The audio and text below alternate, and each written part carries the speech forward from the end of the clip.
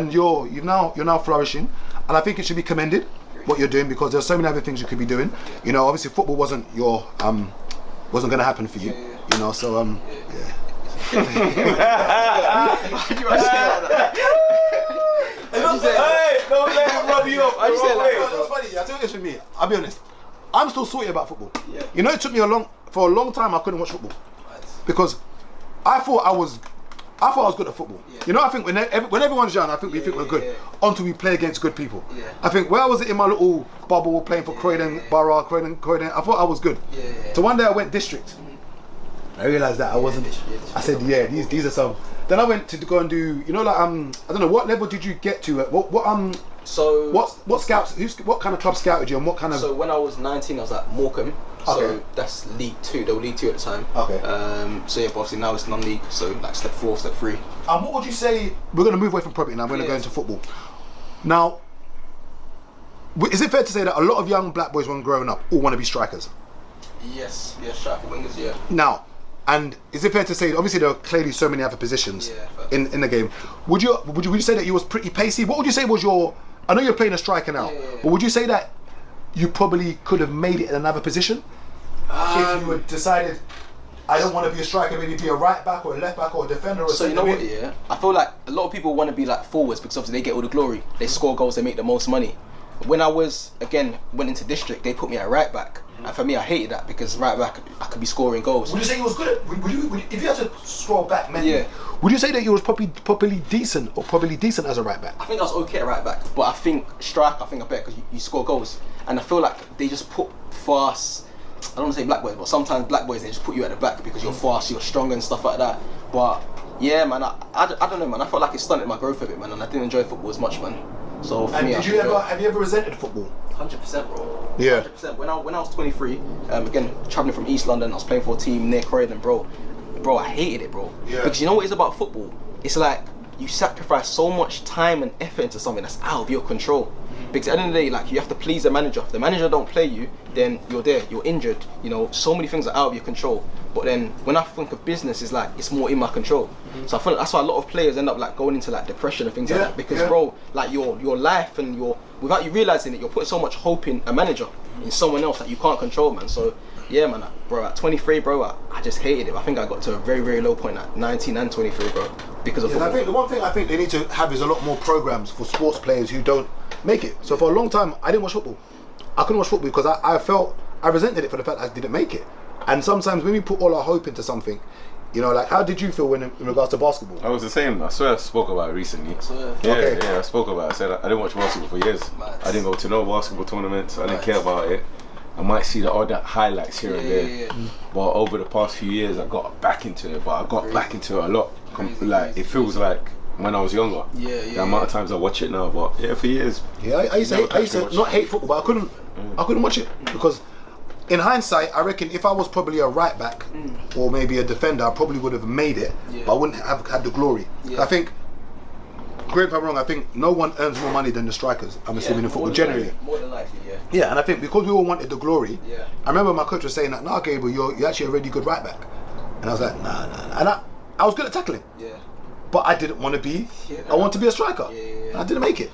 Could I be making money now? Could I be sitting doing this interview on the jet after your retirement? It's mad. And I think with football, I think how football, obviously I'm talking like when I was younger, I don't know how it is now, but they didn't like us having skills.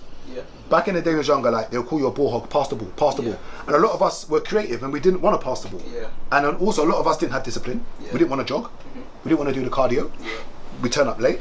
Our biggest problem is some of our parents are against football, meaning that if you're going to make it as a footballer, you've got to do Sunday league. And what happens on Sundays? Church. It's true. I hear it. No, I think our parents are a bit more liberal now.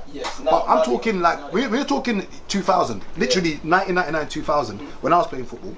The amount of games that I missed because of church. No, church literally wiped out football for me. My mum tried, and also another thing as well is that people forget that a lot of it is smooching, meaning that if you don't have a dad or someone who's talking to the coaches, to the scouts, it's facts. In all sports, it's the same. That's it. Yeah. And remember, your parents are not involved. A lot of our parents are not driving us to these trials. They're not even sitting in the pub. Yeah. A lot of it is like a boys' club. You got to go into the. I don't know how it is now. Do you still have the little kind of like hut or the little pub, like the little clubhouse? The clubhouse. Yeah. They do food afterwards. Yeah. That's how it is, bro. You got to go in the clubhouse. You got to talk to the coach. Oh, so how was Benga? Did he play well? Yes, my son Benga. What's your name? Let's go to eat on Friday. We can take you to the Sia Hut. You can eat something. So nice jollof. Yeah, and I think that's where a lot of us black boys struggle. But I think discipline was one thing. Yeah. A lot of us, I think, struggled with discipline, getting there on time, even just doing the cardio. We hated it. Whereas the white boys would be, that's one thing the white boys were doing, they're fit. The white boys put their heart and soul into it, bro. Were fit at football. Yeah. You know, but yeah, it's a shame though, man, because I think there needs to be some kind, I'm not saying there isn't any programs out there, but I think there needs to be some kind of programs for when you don't make it. Because I hated football for so long. Yeah. Like I resented it. And how come are you playing football now as a passion? Are you playing it as a hobby? Are you playing it as a top up money wise? Why are you still playing ball? You know what is?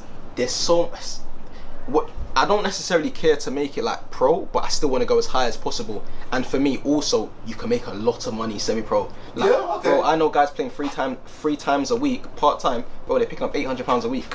Yeah. £800 a week playing three times a week. There are guys even picking up a bag 5 a week, playing semi-pro football. So for me, it's like, serious, bro. Is that in an envelope or is that?